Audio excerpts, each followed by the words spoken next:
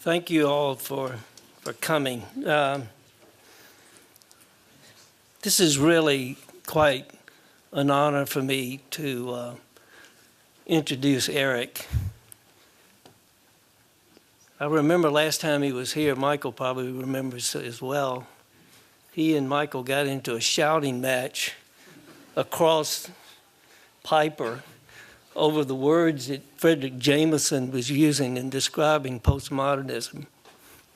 It was fabulous. I won't say who won. I don't think there was a winner.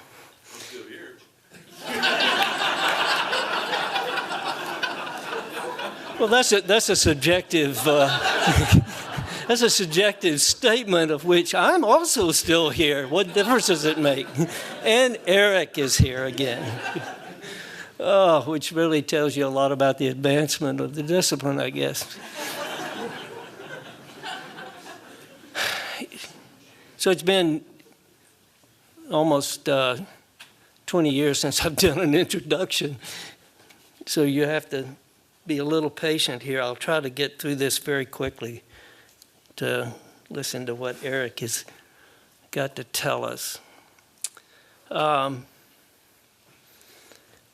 Eric Owen Moss has occupied an extraordinary personal space in architecture for over 40 years.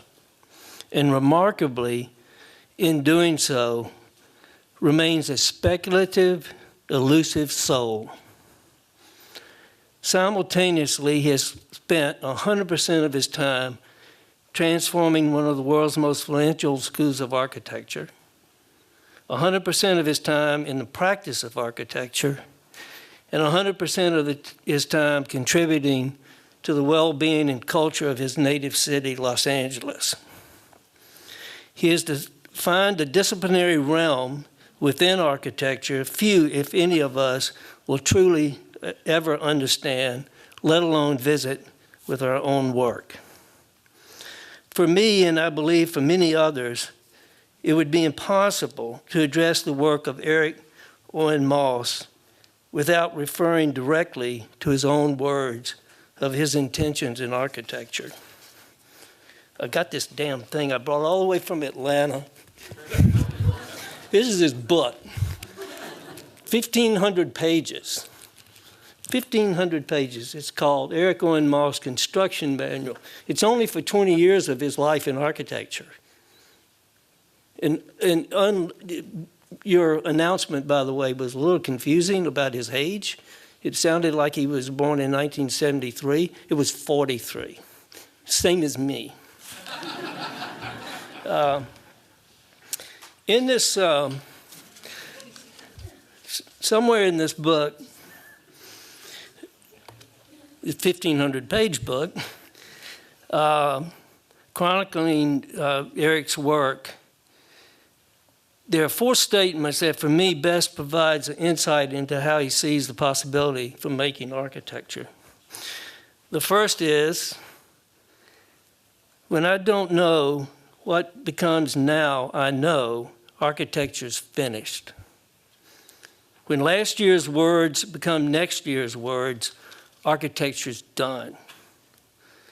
The truth is never an enduring paradigm, but a provisional one in tension between its aspirations and a realization of the limits of its aspirations.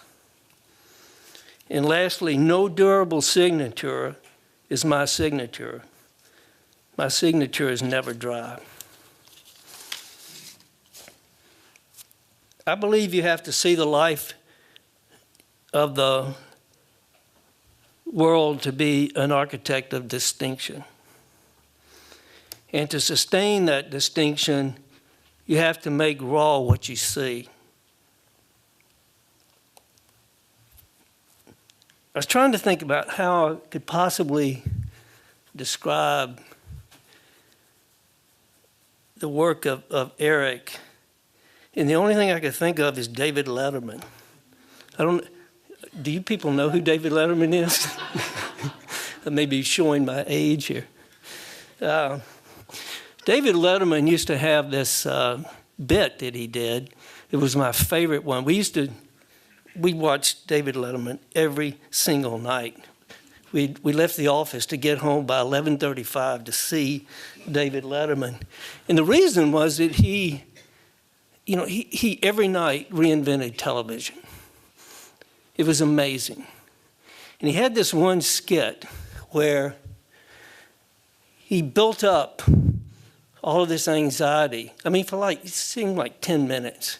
He talked about, okay, listen, here's what's going to happen. The curtain's drawn. They had this fake, big, huge velvet curtain thing. He said, now behind the curtain is a person who is going to do a performance. Now, don't panic. Try to remain calm. It could be dangerous. It could be very easy. It is no telling what is going to happen. And then he would pause and he said, okay, now what's going to happen? He's going to do whatever's going to, when you open the curtain, something's going to happen. He said, then the curtain's going to close, and then Paul Schaefer, the band leader, and I are going to decide if it was something or if it was nothing. Now, Paul will go first, and then he said, and then he would start all over again. Now, understand what's going to happen now. First of all, remain calm. And then we'll vote. So he opens the curtain. It'll always be something like, a guy in way too tight leotards, standing on his head on a unicycle, juggling oranges or something with his feet. And he'll do the act. They close the curtain. The audience usually claps. He lets that sort of subside, and then he says to Paul, what do you think? And Paul says, it's something. It's definitely something. And David would say, I think it was nothing. And then they would go to commercial. That was it. No other reaction, and never referring back to it. Unlike David, Eric is still fabricating the anxiety of anticipation with his audience while relishing in the response and moving on to the next intention. He's not David, and he's not Paul, and he's not the juggler. Eric is the person defining the next disciplinary challenge. I want all of you to give Eric Owen Moss a great welcome back to the GSD.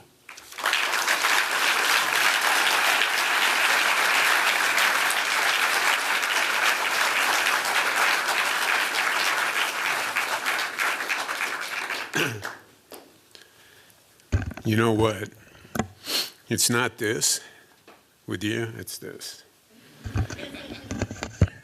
Thank you very much. Nice to be here. I was just walking over, and I went by a shuttle bus, small bus, and on the side of the bus it said, Veritas. That's Harvard. You got to be a serious character to ride in that bus. In fact, it's nice to hear laughter at Harvard. Is that allowed? And I have to say, the last time I was here a few years back, the podium used to say Veritas. And I noticed they've taken that down. So there must be a reason for that. Moisen can enlighten you. Speaking of walking over here, I was just ruminating a little bit about the ubiquitous Friedrich Nietzsche, which is not to dump a lot of esoterica on anybody, but sometimes, notwithstanding reputations, people like that are of some use to people like us. And there was a line that went something like this from Zarathustra. Nobody tells me anything new. Nobody tells me anything new. So I tell myself my own story. You know that one? You like that one? And the question in all of these discussions, of which there are now so many about art and architecture and what it means, there are many more discussions than there are progenitors. And the question is, if we try to talk to each other, because this is an exchange, is life private and personal and introverted? Or is it exchangeable, transferable? Can we talk to each other? Can we share a story?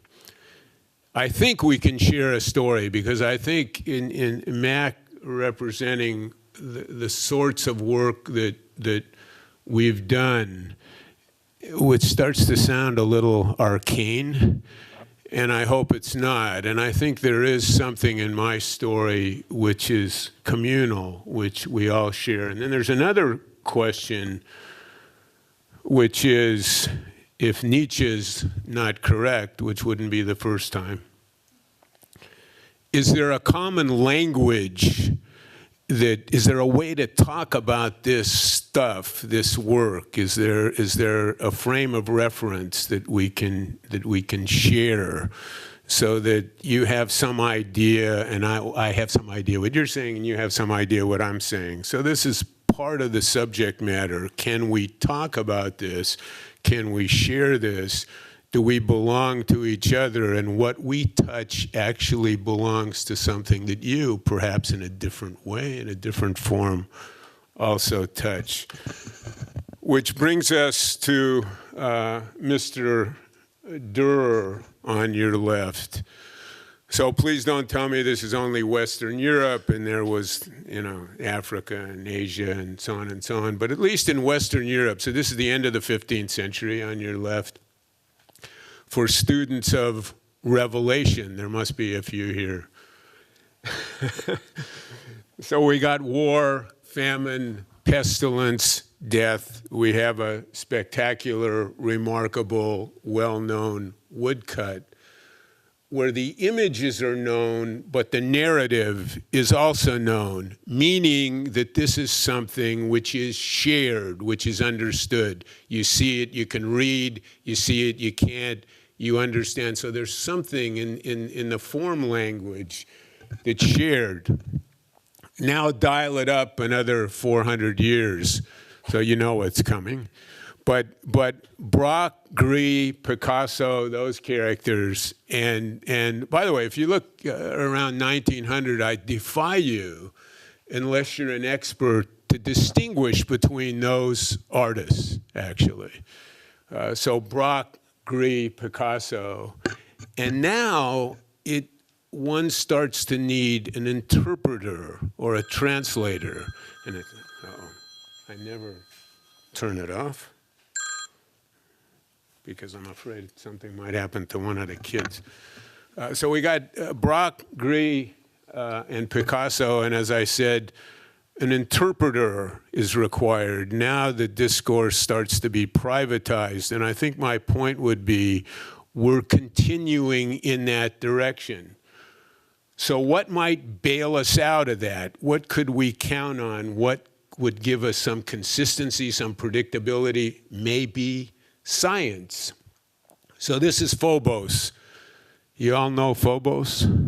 You know the steeds of Mars? So Mars has these two strange rocks rattling around its periphery.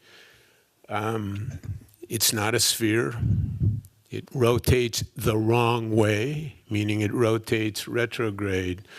So the only point is that without getting into a complicated discussion of Darwin and Newton and so on, that those ideas as well and the language that accompanies them are also, to some extent, not only ephemeral, not consistent, and not entirely shared, meaning science itself has its problems. And what comes from that, I think, is a question for all of us, and it's an enduring question. What is literature? What is music? What is architecture? So on your left, you got to tell me if that's a plan or a section, but it's a map of Finnegan's Wake. But it's not a literal map, it's a more conceptual, abstract map. And if you play with that book, I don't know if any of you have tried, you should, but if you play with a book, you will of course know that the beginning is at the end, if there is an end and a beginning, which is also a debatable point. If you write a sentence, if your kid is in middle school, and say, hey, capital letter, noun, verb, period, that's a sentence. Is it? So along comes E.E. Cummings and James Joyce. So the question of the form of the language, is it mappable? How is it spoken? How is it written? Structure of reading, end is the beginning, beginning is the end. And then you come to John Cage. You know Cage. So is music harmony? Is music auditory? Is music visual? I always thought this was a little unfair because for the musicians who play it, they're the only ones who get to see it. We just get to listen to it. But never mind, music is auditory. Is it? Music is visual. Is it? Categories of language or learning or literature or music start to break down. I think this is a good thing. I think it's a perfect thing because Jesus Christ.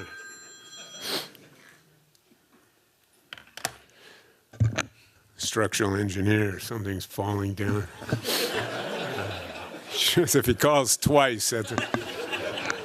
If he calls once, it's congratulations. He calls twice. And then our old friend on the right, and Mussolini's as well, Giuseppe Turagni, who makes the Danteum, as you know, which is a journey. So it's architecture as a journey through the divine comedy, hell, purgatory, and paradise.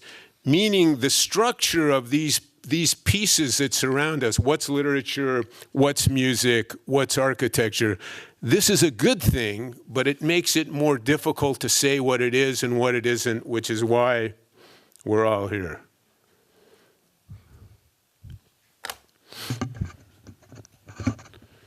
You know this?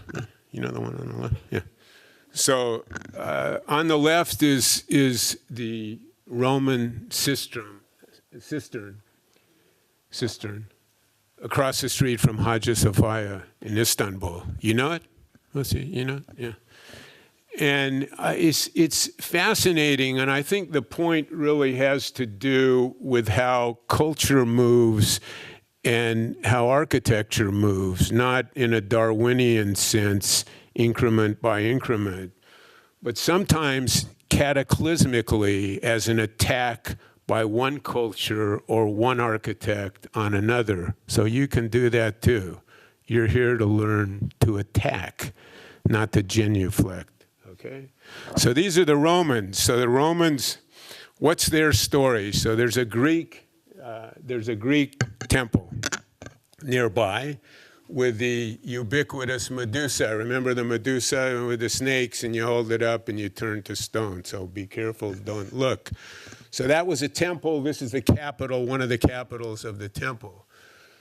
So this is my exegesis. So I'm responsible for it. Nobody said it was so. Nobody is in historical art historian sense demonstrated that it's so. But my sense is that the Romans came and they dismantled the Greeks. The Romans don't have Aeschylus.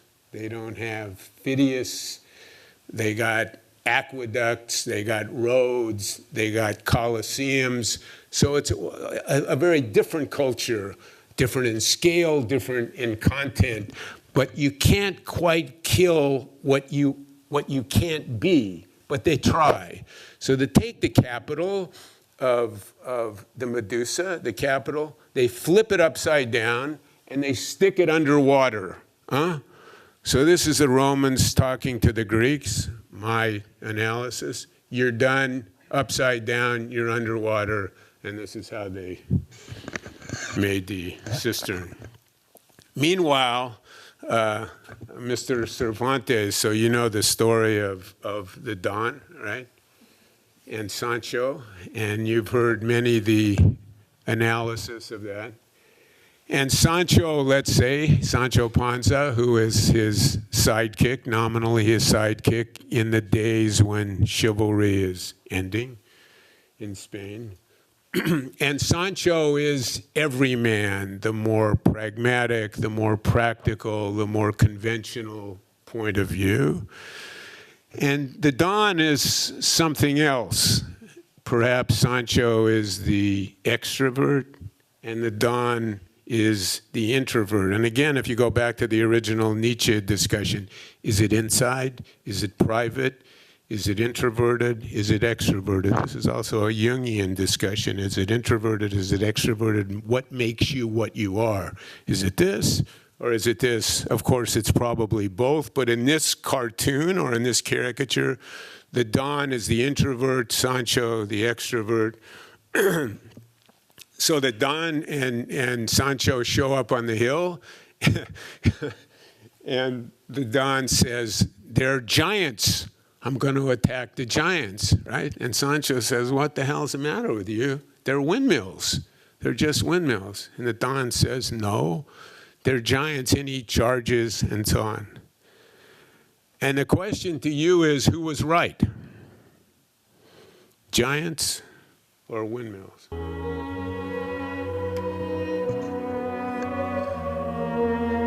So this is from a film by Victor Seastrom. You should, I don't know if Netflix has it. It's called The Wind. Seastrom is a Swedish, Seastrom is a Swedish director. 1928, Lillian Gish. The animation interested me, but here's really the point. The film is called The Wind. What's the wind? We're done here, we go out the door, it's windy, you put on a coat, you put on your hat, and you walk away. So this is Sancho's dealing with the wind. The Don says no.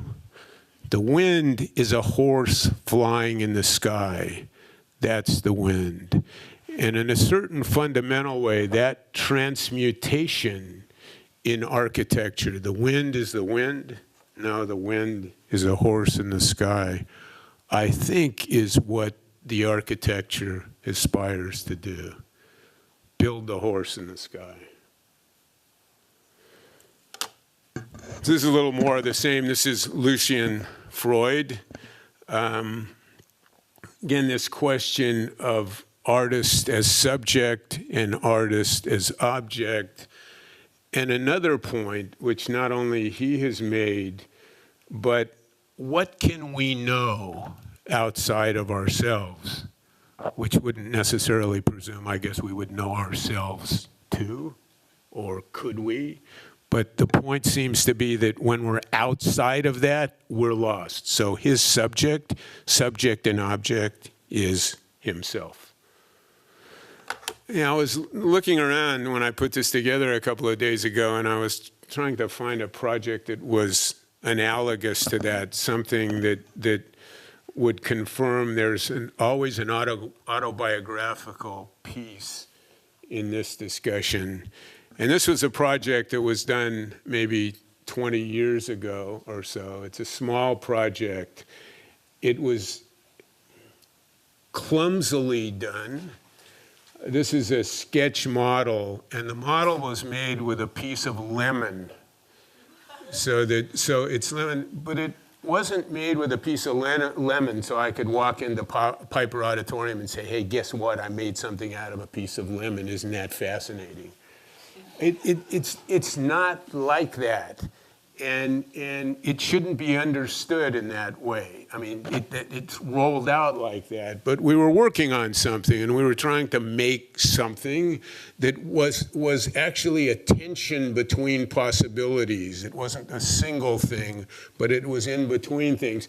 And the rind of the lemon actually sufficed and began to suggest, and then ultimately the transmutation of that, which is always also critical, was into blocks, which are orthogonal pieces. So at first it was a curve that wasn't a curve, and then the curve became a block, which in the end wasn't a block either. I think I have an image of that later. I guess the point would be that I refer to this as clumsy, that what I was doing was making something that I was unsure of.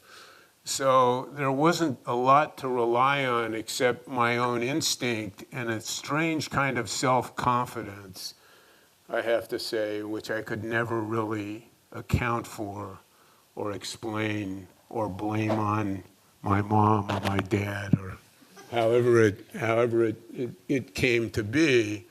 But to take on the making of things and the development of ideas, knowing that there is a certain amount of risk, not in a melodramatic way, but in terms of an ability to actually give to a client what a client needs in a more conventional way. So it starts out as an exploration, and if we get it right, by the end, maybe we mastered it, which means it's time to do something else.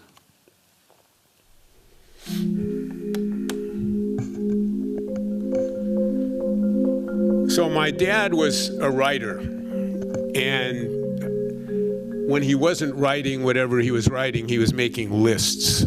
And he used to make lists of words and the interrelationship of words in many different ways, in many different forms. And over a period of years now, probably in the last 3 or 4 years, every time I lecture like this, I have this list. This is my list. It's ongoing. It has nothing to do with programs. It has nothing to do with costs. It has nothing to do with sites. It has nothing to do with any of the sort of conventional, programmatic, pragmatic questions. This is just a list.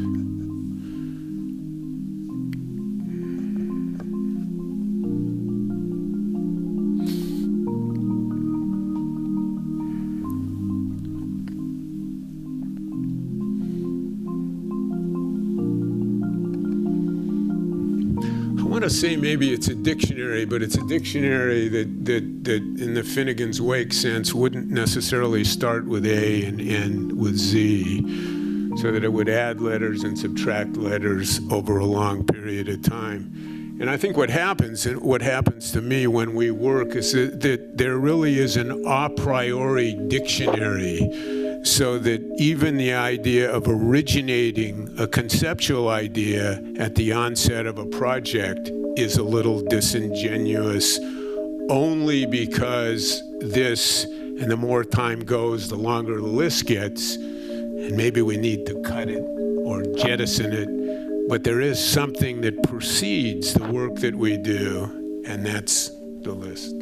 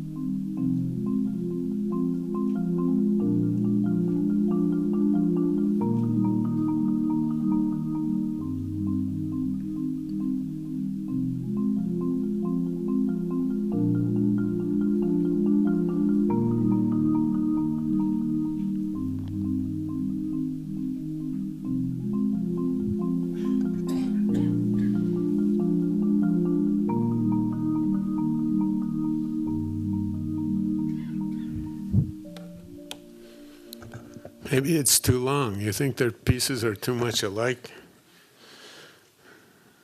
Now here's the next one. But this is different, maybe. So there is a discussion that you only do in your life as an architect one project. It's all one project. It's not this side or that side or the other side. It's never that. It's all one building. Here's the one building. The other argument, which isn't contradicted by the first, is there are no buildings ever, discrete pieces. There are just pieces of things. These are the pieces.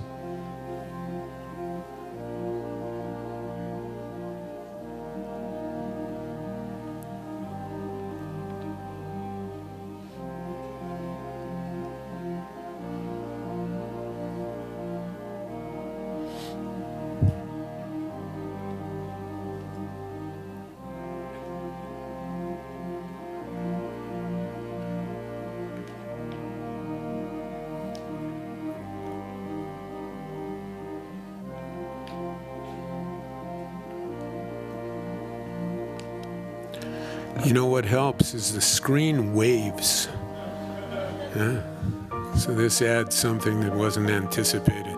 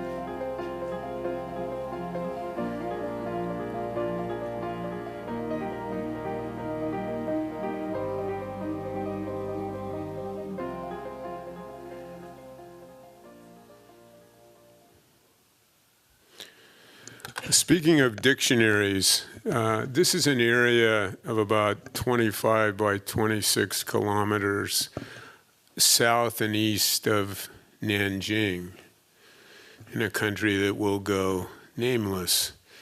There are 4 sites, and this is a project we started to work on in 2013. There are 4 sites, and the conceptual discussion has to do with making a new city in a wetlands area.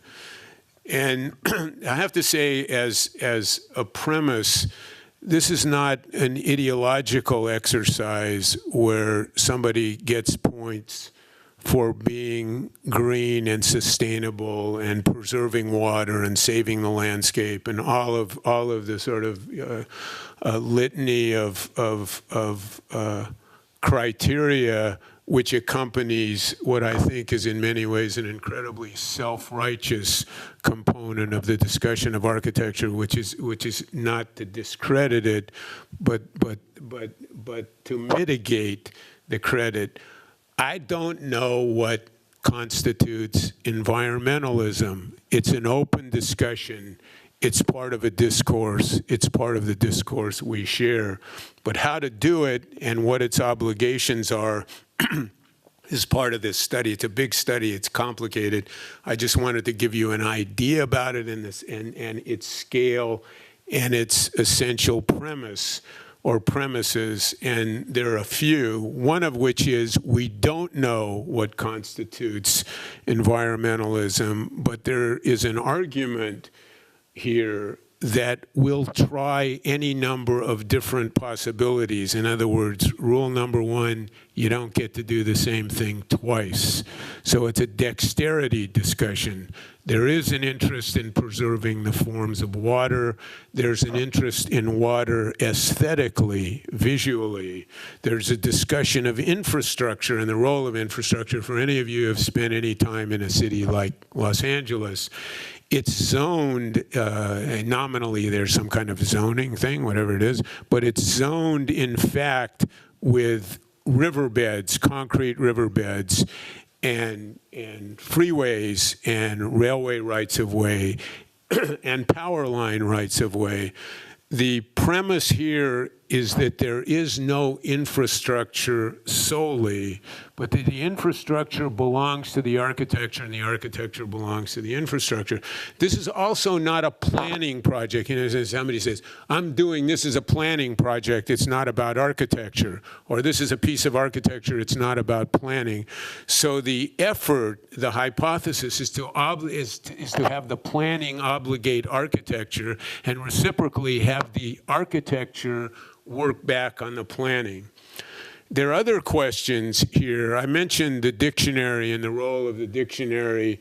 There are topological issues, organizational issues that in a sense are a priori. That means they exist without form. And they become typologies that have a form but haven't yet landed in the site, and then they add the topography. So somewhere between a topology and a topography and the topography of the site, we integrate those pieces and begin to make and develop the four very different areas. I'm not going to go through all of the programmatic pieces, but again, there are four fundamental areas. Essentially a flat site. The areas are connected with a tram that we're building, with roads and with canals. So anyway, four sites. The yellow is, how did this thing go? But the yellow material is what we're adding. Whoops, backwards, baby. So the yellow cons. Anyway, this is the four. This is called the Mountain Island City. This is called the Bridge City. This is called the Superblock City, and this is called City Wall, City Gate, the Citadel City. So I'll just go through and give you a look. So this is the Mountain Island. We here actually extended a lake to include the floodplain. The islands are all man-made, and they're the Mountain Island, meaning there is this area for development and this area for development. Here is what we call the Bridge City, which is, again, a piece of infrastructure which is not solely infrastructure, but has to do with a variety of programmatic uses developed over the lake. The Superblock City, which is a variety of densities surrounding an existing piece of freeway. And the Citadel, which is actually an area at the top of a mountain, and then percolating down into the landscape below. All of these pieces deal with water in a very particular way. I said it was visual, and we're interested in that experience, but the idea, of course, as you all know, is to catch it, to collect it, to preserve it, to filter it, to let it flow by gravity, producing hydroelectric power, to catch it again, to use photovoltaics to power up, to send it back where it was during the night, let it fall during the day, and so on. So there's a water cycle in all of these circumstances that are also part of the story. And the way we did this, I would say these are the typologies. These are the topologies. These are the typologies. For instance, this is what we call a stacked island. this is part of the hillside.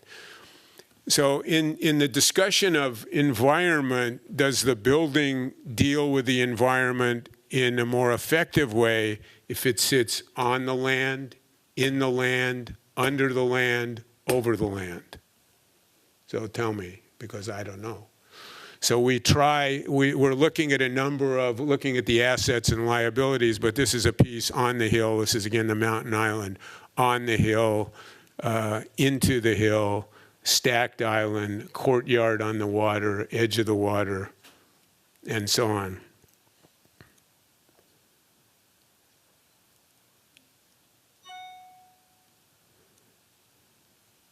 The hillside, and there are a series of programmatic pieces, again, following the hill.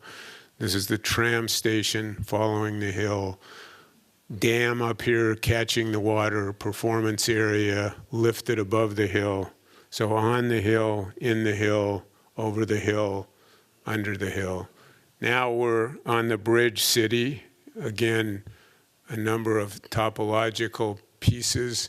This is actually a tower, a turbine tower. You see the turbine towers here, the bridge over the river, floating components, and so on. Is that me? Jesus. This is the bridge city structure. So these pieces of the bridge are inhabited, all sorts of programmatic components, rafts, floating in the water. So again, in the water, on the water, under the water, over the water.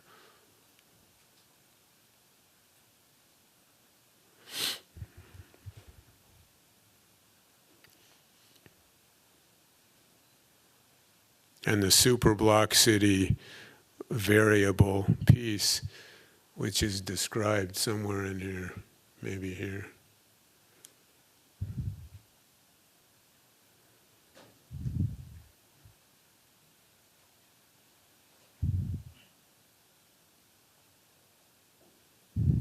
And then the citadel, what we call the tributary village, city wall, city gate, come in, tram comes in, water comes out.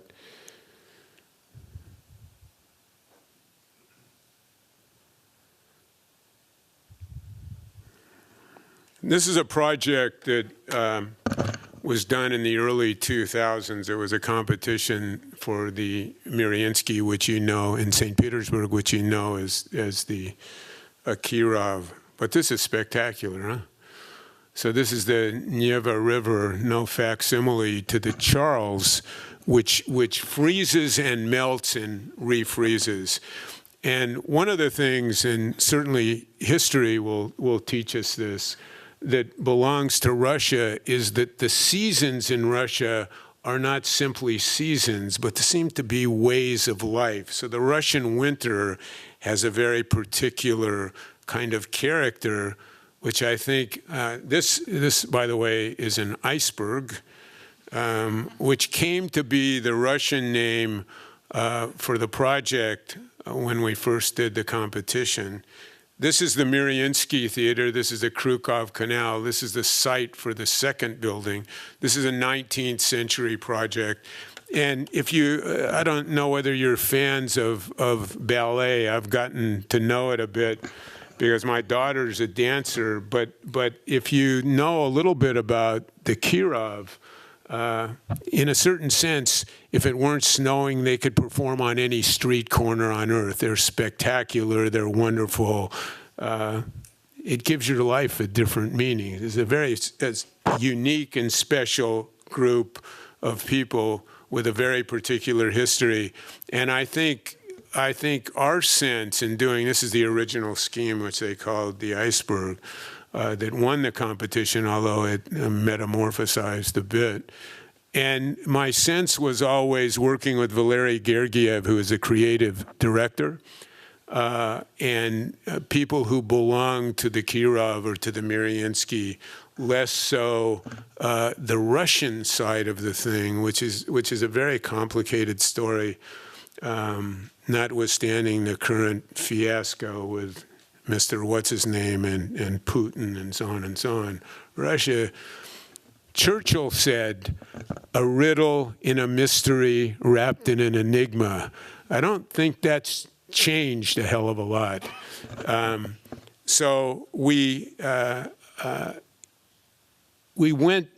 did the project in a time when Russia had moved from Brezhnev to Gorbachev to Yeltsin and was just turning the corner to Putin. So it might have been a time a little bit like the Kerensky era after the Tsar and before Lenin, where the prospects that Russia might become something other than it was. And maybe it can't do that, and maybe it can. But I think the meaning of the project was a colossal optimism, which is another characteristic, I have to say, which belongs to the work that we do, which doesn't seem always to be justified by the circumstances you're facing. And nevertheless, for some accountable or unaccountable reason, it's part of the story. So this is a clay model done early in the project. And this is the original 19th century job. It was a huge, huge project. He had to produce 9 operas simultaneously, which has never been done. The inside, which in the original scheme was actually asymmetrical, which raises a whole series of acoustical questions. We'll discuss that in the next lecture. And this is the original scheme, the winning scheme. And I think maybe if Nakazawa had been around to advise us, we probably wouldn't have done this. But we stuck it in the, no, he knows some stuff that we don't know. And we stuck it in the Russian pavilion in the Biennale, one of the Biennales, so there was that and there was the Bolshoi. And it raised a lot of commotion. Which is entertaining, but ultimately not very helpful. So they decided to do a second competition. So this is the second one. And I can actually remember, I probably shouldn't say this, but in making an attempt to dovetail a little bit more with the sort of 18th, 19th century traditions of St. Petersburg, which belongs in many ways to Western Europe, again in a classical schizophrenic Russian way, and talking about the building divided into 3 pieces. And I remember Prix coming up to me, he was on the jury, after the discussion and saying, "Jesus, Eric, that sounded terrific." And then we looked at it.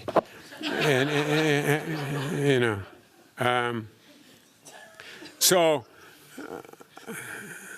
that's probably a little too self-deprecatory for me, but it's a true story.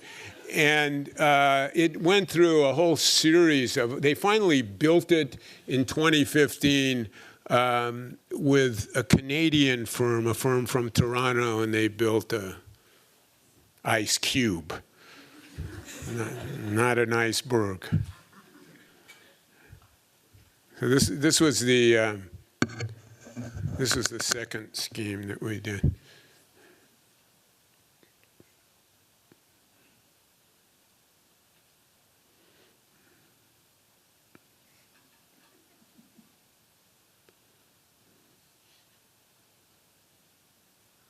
So this must be 10, 12 years ago, something like that.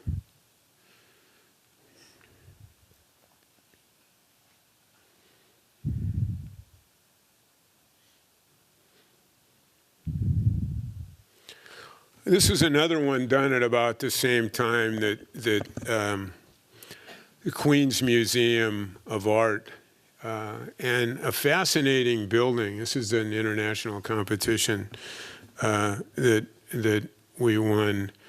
And the building has a very particular history in not only for America. I mean, it belongs to the World's Fair site, World's Fair 1936, 1964. So all of that. But it was also the first location for the new or newly made UN General Assembly. And they partitioned both Palestine and Korea in this building. So one could say to this day, the consequences of what was done in that building belong to the contemporary world, for better or for worse. So we knew we were dealing with a particular piece of history. There it is, next to the World Fair site, and the ever-present Mr. Moses there, who's responsible for all of it. And then I think the sketch is, I think, reasonably self-explanatory. By the way, which probably means it wasn't done that way. So there is a discussion of, guess what? We did this, A, B, C, D. You see? And it follows this logic, when in fact, if we retreated, which is often the case, to the list or the dictionary, the solution precedes the analysis which claims to be responsible for the solution. You know what I mean? Not entirely. Go, man. This is also a piece of our discussion which seems very often to have to do with excavating the site, meaning you can try, but you can't move us. We're dug in. By the way, we know how to build this. We know how to do it. And we did it roughly the same time, a little earlier, for the LA Philharmonic. So this is not, it is to some extent, again, a question of making something and learning how to build it. But this we knew how to do. This is another competition done a few years later for the Smithsonian. This is the MCI Center. This is in DC. This again belongs to the 19th century, and the project was give us a roof, because this is Washington, D.C. in the Bush era. So, of course, they wanted to build democracy's room, very appropriate. And so the problem was to make a roof for that. And the points, these are glass tubes, somewhere between 4 and 8 meters in length, roughly a meter in diameter. And the making of the glass, or the points of the glass, belongs by analogy to this, what always was fascinating to me, the Seurat work. You know Seurat, huh? And the Sunday in the Park, at least, you know?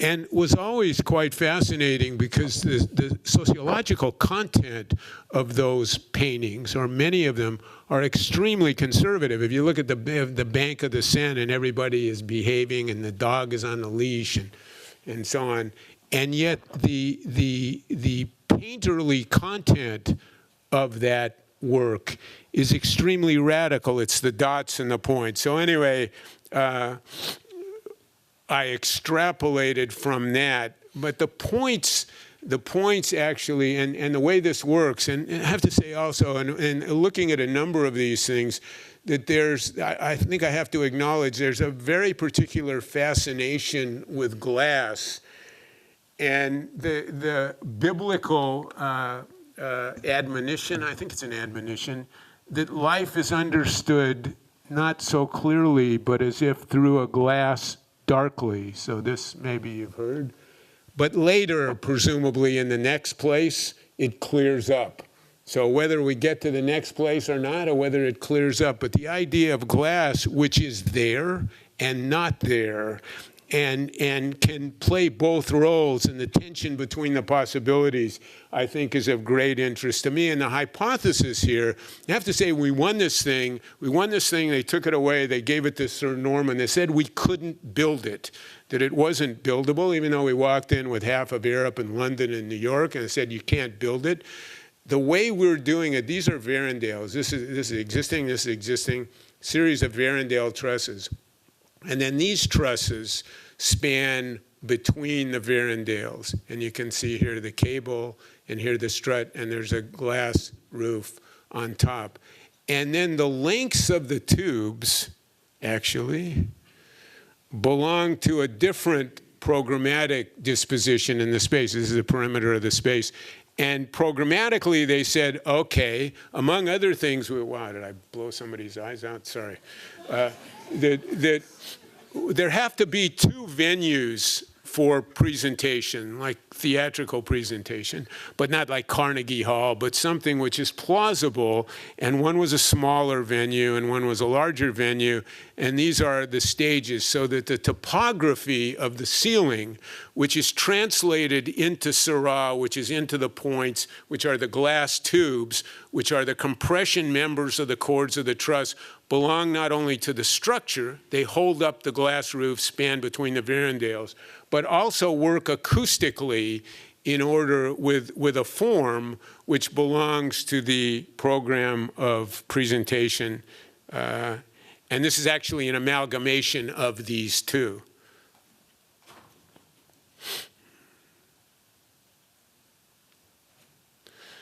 This is another one. I think Peter Rowe is actually a friend or a colleague from the GSD. Going back a ways, was on this jury. I don't know whether the results matter. I thought we won this. They gave us second place. Sometimes I think people are more interested in the story than the result. But maybe that varies from place to place. Anyway, this is the northwest center of Mexico City. This is a train station which was about to be rehabilitated. And this is the site for the Mexican National Library. So there's another one of these invited competitions. And this was the first step. You can read this, but the street, and then an elaboration on the streets. And then this acoustic mound, which buffered this transition between the trains and the library, and then the program, and then a series of courtyards here. There are actually 4 courtyards that belong to 4 programs and 4 seasons, and then finally rolling up the front to make this public space that belongs to the train and to the building. I'd like to say something about this. I'm not quite sure how to describe it, but somebody invited me recently to Abu Dhabi and said, Eric, can you give us a lecture and can you tell us how the architecture here can be more consistent with the history of the area? And my response obviously was a little bit late. A little bit late for that discussion, but there is something about this intersection of a new culture, which seems to be more of an international proposition maybe, and a local history. And one of the things that we were looking at here was what belonged to Teotihuacan or to Uxmal or to Chichen Itza, or to the history of, which is a spectacular history of pre-Columbian buildings. And is there an exchange? Is there something that might belong to this project that would make it different than if we were building it in Guangzhou or something? So that was part of the discussion. Now, whether that was managed successfully or not, you can tell me. In the restaurant, but this is part of the aspiration making. So this is a study model in the train and so on.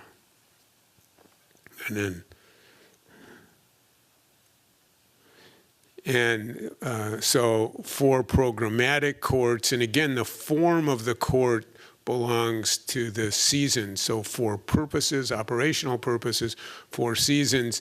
And then the making of the courtyards so that they belong to the spring, summer, fall, and winter.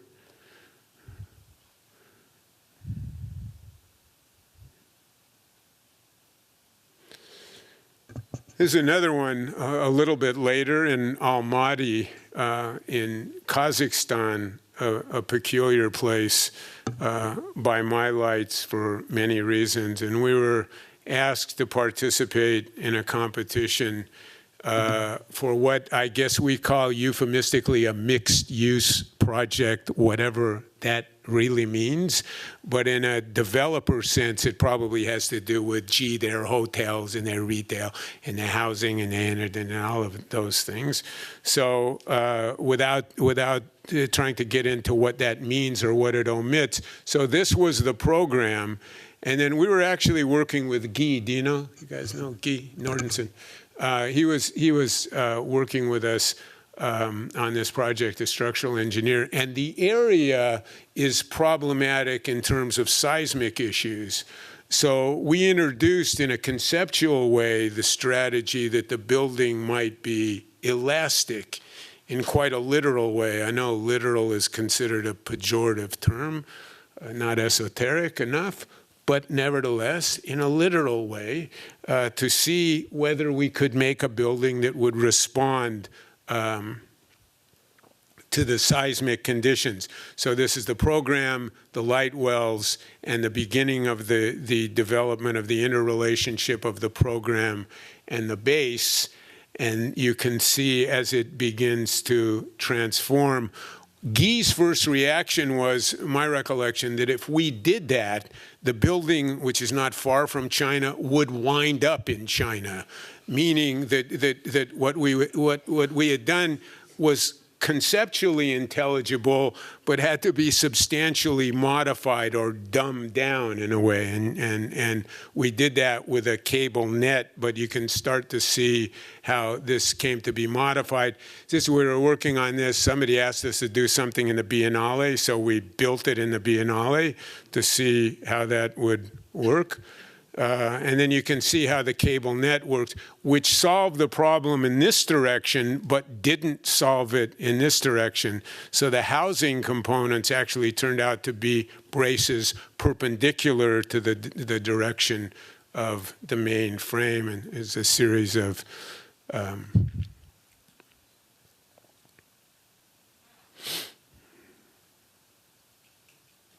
this is the public space, so when you're in that space, you have access to all of the different functions of the project, and then it opens up, so there's a reciprocity between what's inside and Republic Square and back and forth. Another one, roughly the same time, you probably know this one, so this is Guangdong Museum, and I think this is the Pearl River. This is the site for the museum there. And I think our argument, which is an easy one to make, is that speaking of ubiquitous, the commercial development of the city, which is pouring over the city in all directions and hasn't stopped. And what we proposed was to make this mound and to say this is the line where commerce ends and the arts begin on the edge of the river. This was so this is the mound, and on the mound we proposed something we called the glass forest. So this is a mound, this is a walk, and the walk between the Opera House and the museum we called the Long March. And these pieces, they're really essentially two programmatic components, the solids, that is no light, and the other pieces which programmatically could tolerate light. And the way this works, contrary to commerce in Guangzhou, is a much more introverted world, a garden. So one comes across the mound into this area and then enters into the site in and down. So a more introverted, there's a series of diagrams.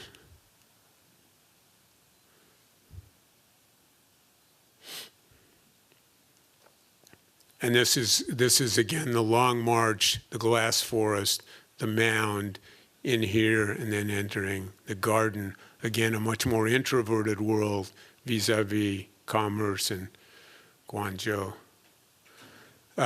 This one, very recent, the Angewandte in Vienna, quite an unusual school, or has an unusual history.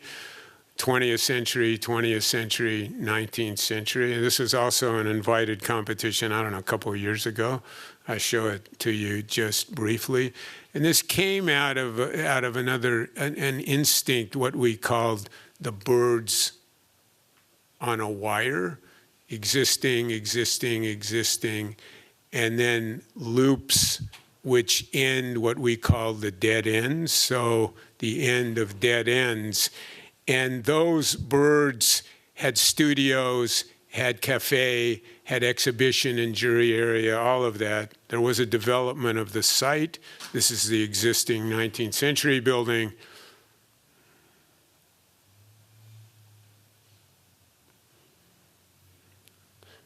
And that leads, actually, this drawing was done by a lady who belongs to you guys, I think, apparently. The Apocalypse, as it's been called. I think this is the last of a series of competitions. We just did this a couple months ago. We were invited to do, again, Russia, the Russian National Bank, which is Putin's bank. So when all else fails in Russia, Sberbank will remain standing, we think. There was something about, again, Russia, the riddle and the mystery and all of that, was once known as the White City. This is that Jura limestone. It goes back to the 13th and 14th century. Again, to extrapolate the discussion of Mexico, the Mayans, the Aztecs, Uxmal, Chichen Itza, and how to bring something forward which belongs to a pedigree without literally reconstituting it. So I'll run through some of this. This is Skolkovo Techno Center. So Putin aspiring to make another Silicon Beach, Silicon Valley, all of that. So the bank is the heart of that project, huge project, 130 square meters on this site. This is the site as given. This is about 500 meters in here, about 300 in here, and the beginning of the making of an organizational strategy, which we called the Polar Grid. There is a program, a kind of Great Hall program. I don't know if you've run into it here, but there seems to be a fair amount of discussion now about what's called the new workplace,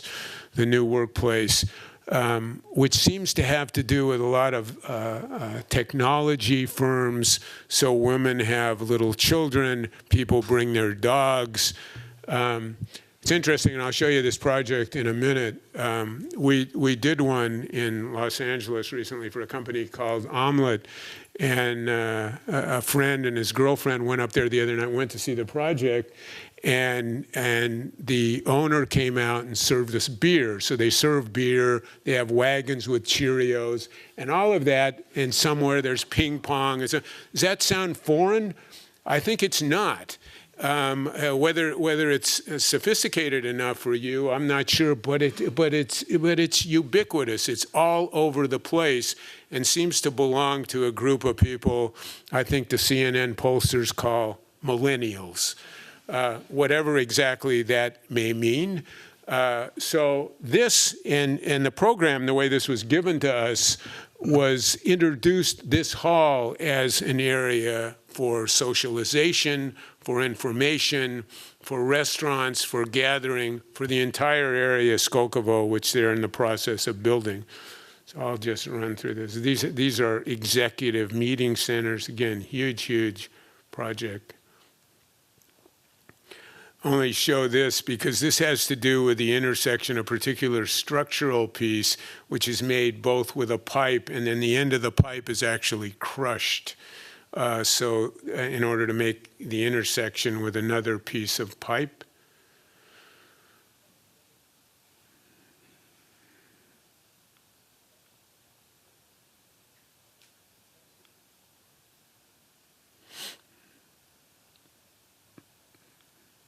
So this is obviously the Great Hall. Executive floor, offices, media center, theaters, a complex program.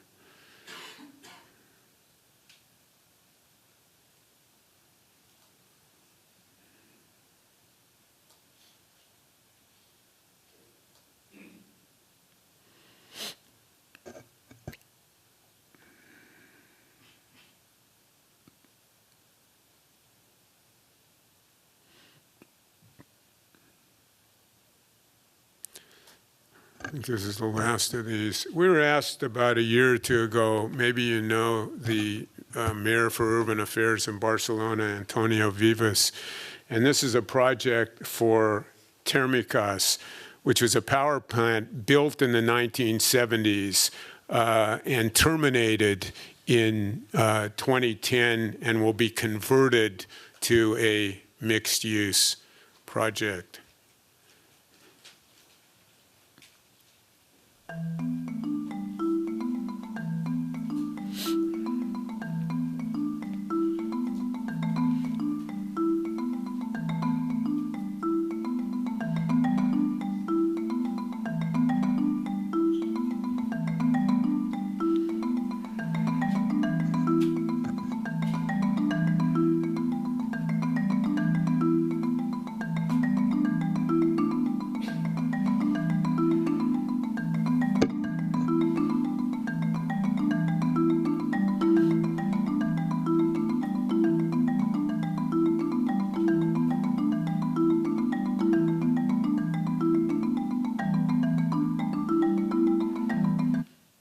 Whoop. I cut it, but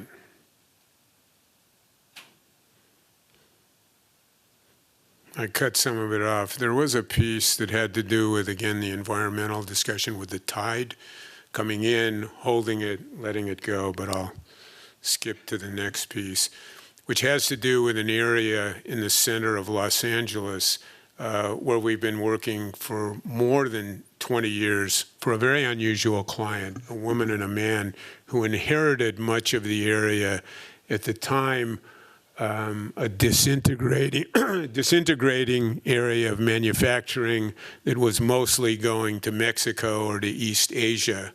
And it feels now very much like making something from what was originally not very much. It began as an experimental project that was quite fragile and has become over a period of time now, and maybe this is predictable in the way that the politics, the sociology, and the economics of our culture first looks askance at something and then begins to be interested in it.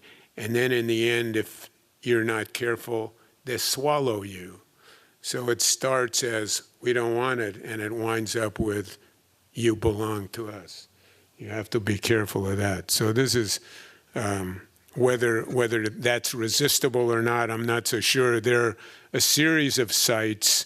By the way, I should say that Los Angeles is, whatever constitutes a city, it probably has its own area for discourse in terms of what it is and how it's made.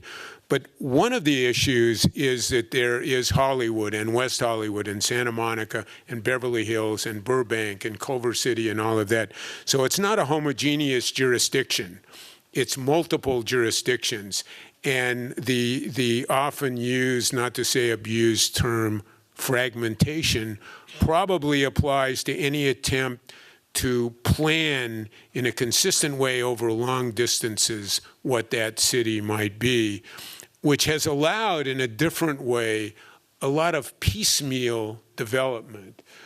So this is an area which straddles, this is what's called in here the Los Angeles River. Euphemistically speaking, it's a hunk of concrete and water runs through it. And this is actually Los Angeles, and this is Culver City. So I run through this quickly and give you an idea of some. You can see the dimensions here to give you an idea. This is one piece of the project. There are several pieces.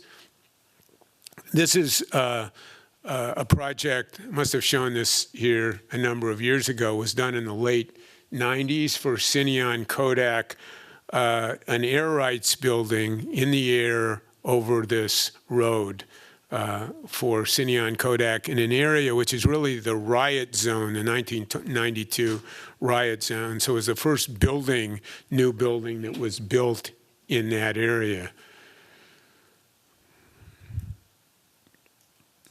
And then we began recently to add to that. This has been purchased and remodeled by this owner.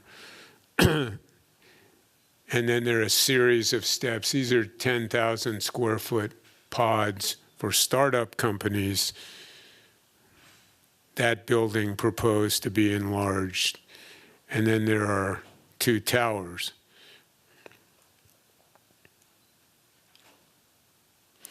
So this is a project which is about to start now, so you have to be patient. Don't forget about that. So patience has a different definition, I think, in architecture than in almost any other endeavor. It's important to keep it in mind. So this project has been around for about 16 years.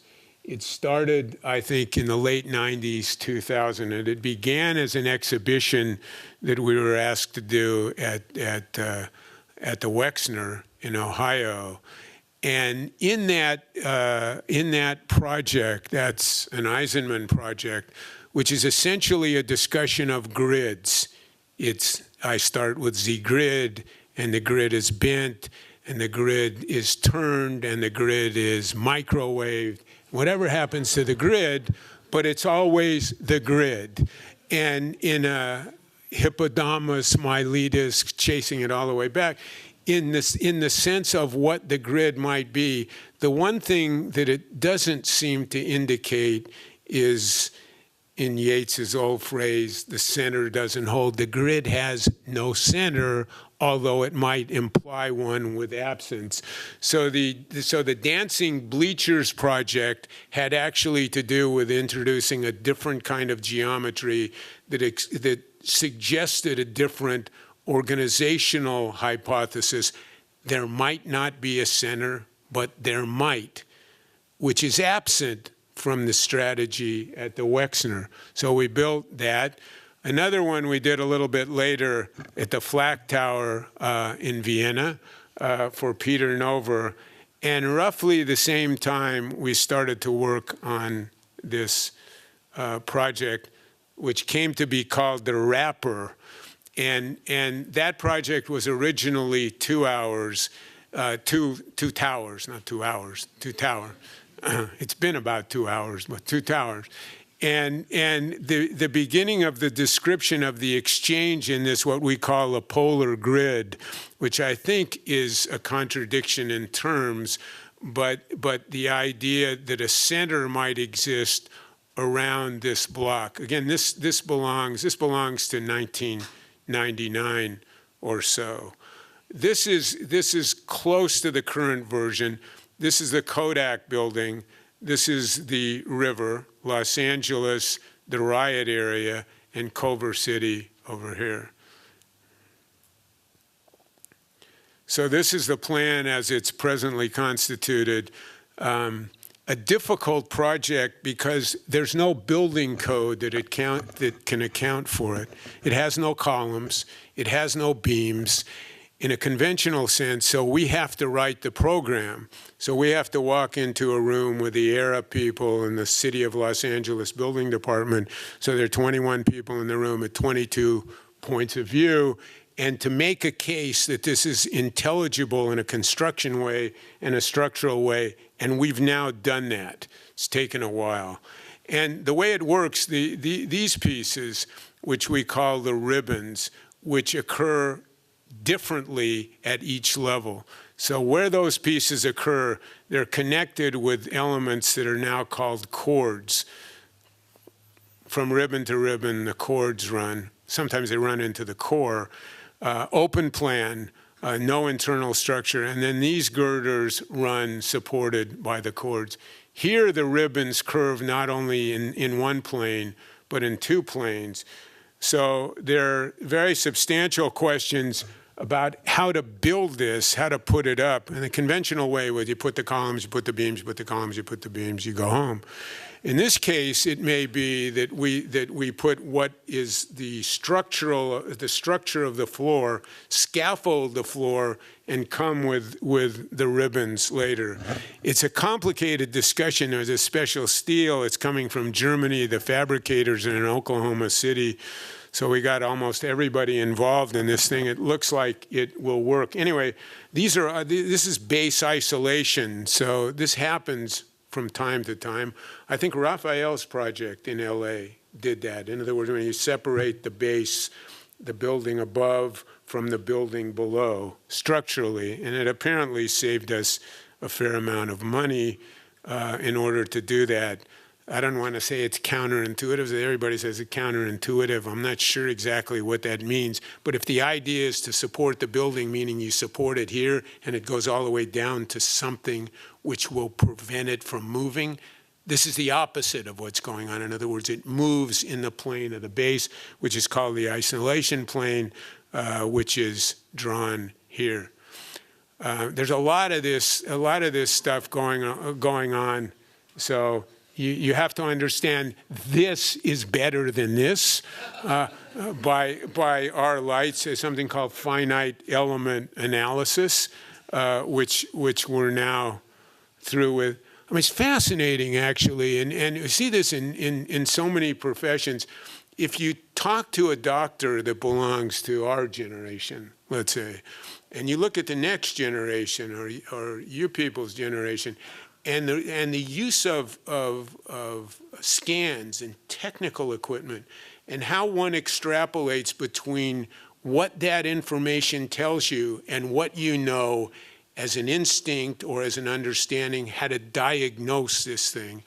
And what we found is that to some extent, that the engineers seem to be subject to the machines. In other words, you know, the old line about who's flying the plane. This is a drone flying in a way, and the discussion is difficult because the understanding seems not to precede the content, but seems to follow the technical analysis that comes out of this, which admittedly is quite a complicated piece of conception. I also have to say that the way the engineering belongs to us in a conceptual way. We do it, we follow it, we monitor it, we drew it originally, which is important to understand, and in my view, important for you to do, so that this is not something, you know, I sketched it on a plane and I photographed it and I emailed it to the guy who was sitting in Prague, and then I went to the next lecture. And we tried as best we can to sit on these things and monitor these things and be a part of the decision-making project. So I think in many ways the structure belongs to us, and I think some of the problems attendant on that are also ours. This is the isolation plane. So W&W, these fabricators in Oklahoma City are developing ways and modeling how this might be constructed, which is not established yet. In other words, what's the chronology? How do we actually fabricate and build this project?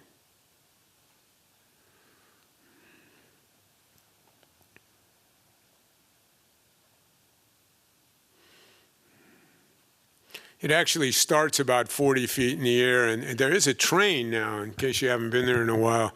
It's called the Expo Line. I mean, it's not like Shanghai, Beijing. It's not going 300 kilometers an hour, more like 3. I mean, it's a 19th century train. It's like that train, you know, that train that goes from Tulane down to the waterfront, and if you got nothing to do, you get on that train, and it's kind of New Orleans-ish.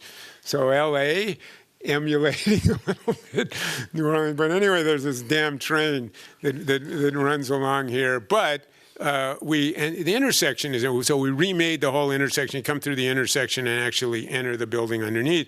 And again, the building starts up in the air. This is something we did with Peter Sellers and Esa-Pekka Salonen a number of years ago for a music program in LA, the LA Philharmonic, called the Green Umbrella Series, which is, it's funny, experimental music. I guess, unless you're talking about Kanye and Jay-Z, you're talking about Mahler and John Cage and Bartok. You're talking about people who are 100 years old, which is experimental music. I don't know whether that's true, but nobody shows up for those concerts in LA. Boston, being much more sophisticated, probably has a different response. So the only way they can get you to show up is to throw in a little Beethoven or Mozart. What they decided to do was to make this project as a small theater, and they asked us to do it. So these were some of the. This is a kind of fascinating piece, and I have to say, and this is a lesson worth learning. When we talk about these projects, when we analyze them and try to understand what they might mean or suggest, when certain things take place, when they're done in the chronology of thinking or technical development, probably matters.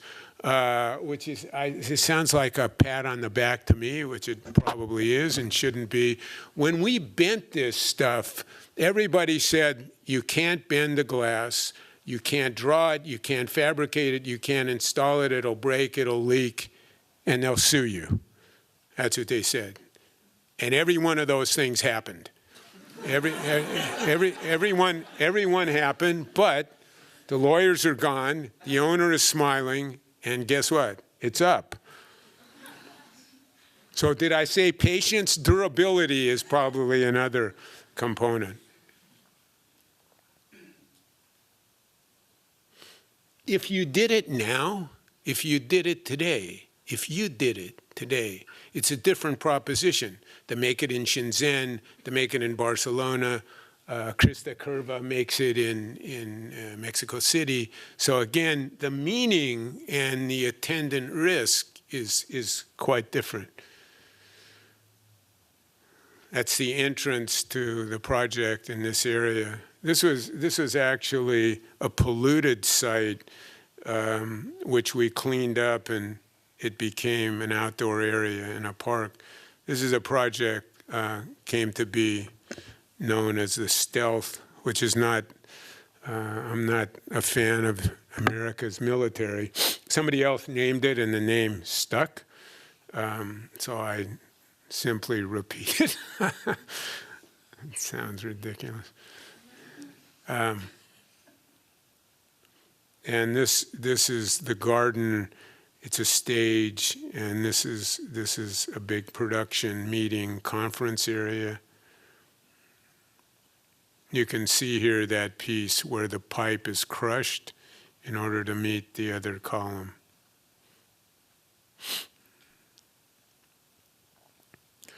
This probably belongs to your Greek favorite Heraclitus. You know, you can't step into the same river. Well, you can. You can't step into the same river as it once, or you can never step into the same river at all. But whatever it is, the section of the project changes immediately or instantly over its length, so it's always a different section. This is a redo of the Smithsonian project, which we showed to the lady and the guy who are the Culver City clients, and they said, okay, if the Smithsonian won't do it, we'll make the effort. Parking, program, sun diagram. And this is a project that we're now, that's just under construction. A level below grade. It's a retail project. This is a bridge at the street level, retail and restaurants. And then because it's LA, it's also parking. The dimensions are quite different here. Rather than the dimensions in the Smithsonian, the operational principle is similar. This is 24 inches in diameter, and the pieces run somewhere between 4 and 8 feet in length, so the scale is quite different. And you can see the cable and the hardware, which is now worked out and completely understood, notwithstanding admonitions from the Smithsonian. You can read the diagrams. You see the collar at the top, the tube, the steel plate, and then this piece here, which holds the cable. And they're making it now. Whoops. That happens once in a while. Don't be discouraged. And the tower discussion, Brancusi, Albers, Tatlin, Max Bill, Lucan. This I just went to see recently when we were presenting the Russian. This is Shukov, this diagrid, but they've remodeled it and they made a mess out of it. I mean, this is a project you should know. It's a spectacular project. It goes back to the 30s. It was about to fall down, and they stuck in instead of understanding technically what it is. They stuck in a lot of steel, and I think really destroyed the project. But this is what's great about this for me is that it has no program really in a conventional sense. I guess you could say in a more conventional lexicon, it has to do with media because it probably wouldn't exist. It's right next to the train, the new New Orleans train that runs through here. So there are a series of exhibition areas going up. There's an elevator in here. There's, again, the excavation, a garden, and a podium for lectures. And the train runs here.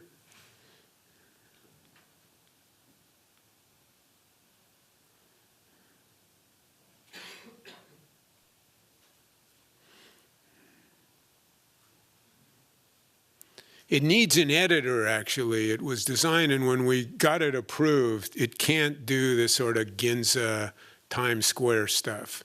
So you can't sell Nike and Under Armour and things like that. So it has to be something which belongs to the arts and to culture and so on. And under that admonition, the approval was given. This is, I think this is second to last project. This is a project which is under construction now. It's really two projects. It's two towers, two small towers, the same in plan, the same in height. And the truth of the two is not one or the other as I would define that truth. Again, to go back to the beginning, whether we share that definition, maybe we do. Whether we share the language when we talk about truth, maybe we do.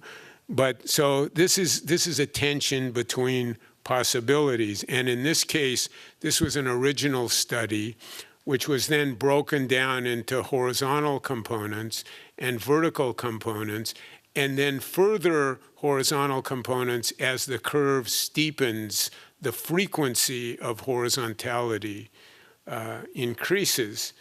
And then there's the structure which follows, we'll get to that in a minute, but the structure then belongs to the shaping of the outside. So it follows that by analogy as a series of straight pieces. So this was the first tower, which is an existing condition, held in industrial press, went back to the 1940s. So we stripped that. There's a curtain here which hasn't been installed yet. There's obviously a drawing.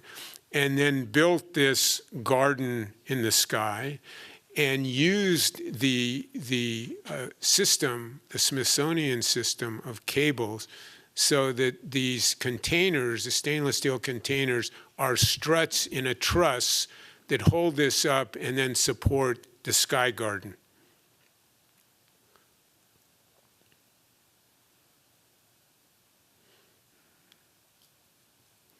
And then the second tower, which is this one, and as I described, the horizontals and the verticals, and then the increased frequency of the horizontals as the curve steepens. And then we start to make the legs, which again are derivative and belong to the a priori form of the curve.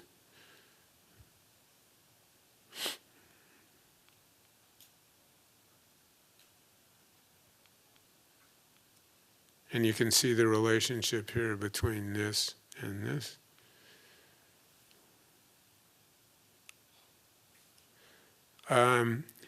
It's interesting what this became. It's the the French Laundry per se red medicine guy. So this is about food. So I didn't know much about took ballet until my daughter started to dance. I didn't know much about food except In-N-Out Burger. Sorry, you don't have that here. And then we ran into this character from the French Laundry. So now they're making a 5-star restaurant here. It's probably a little too expensive for all of us. But the discussion of food and the role of food, the construction of food, the imagining of food, I think it's all vegetarian. I think I have a deal that I can go in there and eat free all the time, which doesn't help me very much. But it will become, so this is a restaurant. This is a garden here. The other tower's over here. This is a garden. So you get a drink over here, you sit in the garden. This is a little building called the Wedge, and this is something called the Ditch. So this is the restaurant, the garden, the Wedge, and the Ditch. So you enter on this level, the seating, there are only 22 seats in the restaurant. This is the kitchen. There's a deck up above. You can see the banquettes. This is one of these projects, since we're in the home of the infamous Walter Gropius, where we actually are making everything, every chair, every table, every banquette. So it's an unusual context where at some point somebody says, typically, well, the building can take it, when Gensler comes in to do the interior. Sorry if those guys are here. And so we're making everything in this particular project. So the banquettes. So this is a mock-up of you won't see this piece. This is all cushioned. This thing slides. So this is and then this is the ditch and the bar and the wedge and all of that. This is the garden.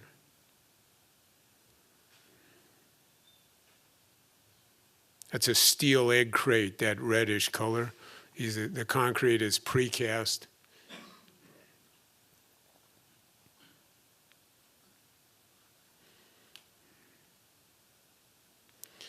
And there's one more piece. In a restaurant of this magnitude, that's in quotes, when you're done eating, I think there are 2 dinner services. I think one is at 5:30, one is at 8:30.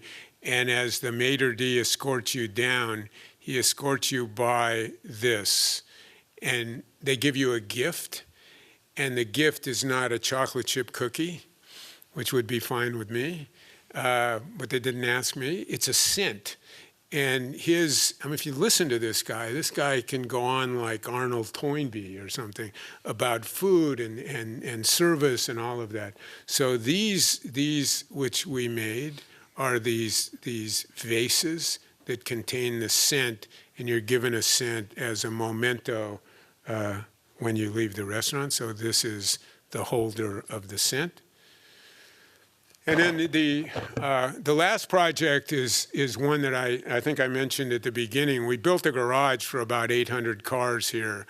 A very simple structure, ramps down, ramps up, attached to the face of the building, and then ran up 2 floors of steel in anticipation of an office building, which wasn't built for 10 years because it apparently couldn't justify it economically, whatever that may mean.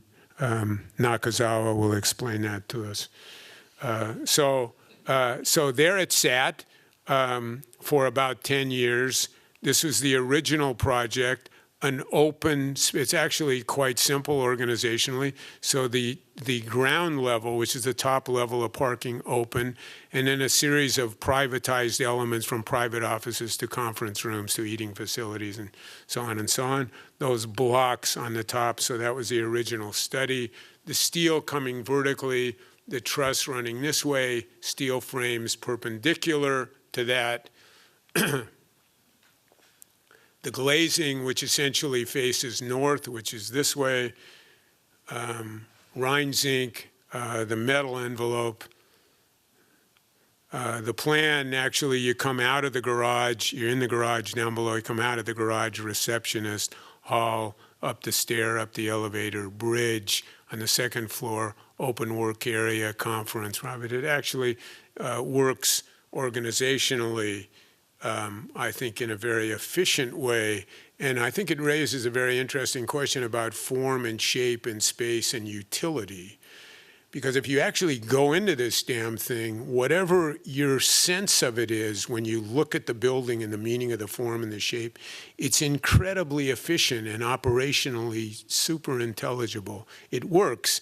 And this is, again, this new workplace stuff where people who are engaged seem to be able and, in fact, welcome this kind of venue. So this is the garage and the ramps, and just go through a few.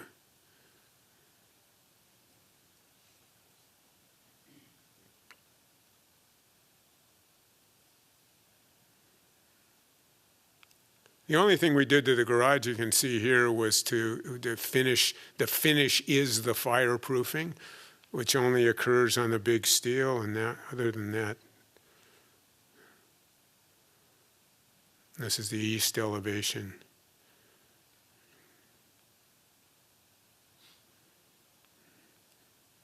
So this is the Cheerios and beer section.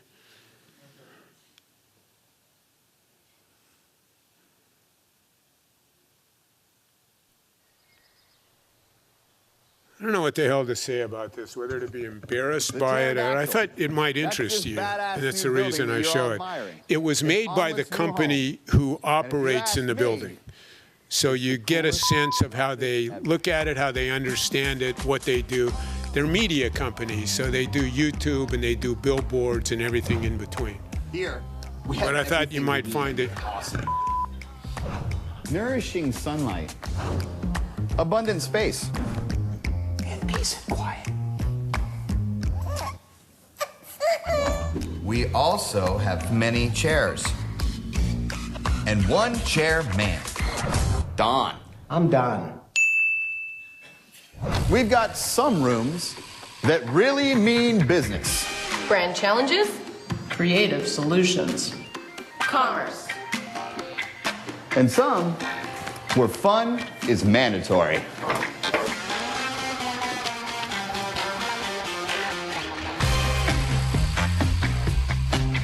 You see? I didn't make it up. We're up to our beards in This is not an cutting-edge anomaly. technology. Maybe it should be, but I thought I like it that, would, man. like I said, I thought Give it me one would with be of more some energy. interest to you. We're up to our beards in cutting-edge technology. Also, we have ghosts. No, we don't.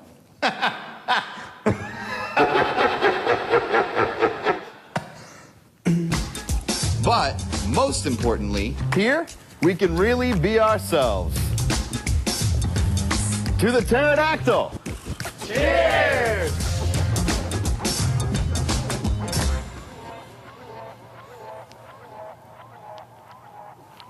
Okay, that was weird. You want to work there? I think Mac already dealt with this, which is, I don't want to say it's out of date. Construction manual is, of course, a facetious term, in case anybody missed that. This was actually done in China. This was cut in a Bible school in Nanjing. That's how it was done. And then I recommend, this is one we just did with Rizzoli, which is just out. Thank you very much.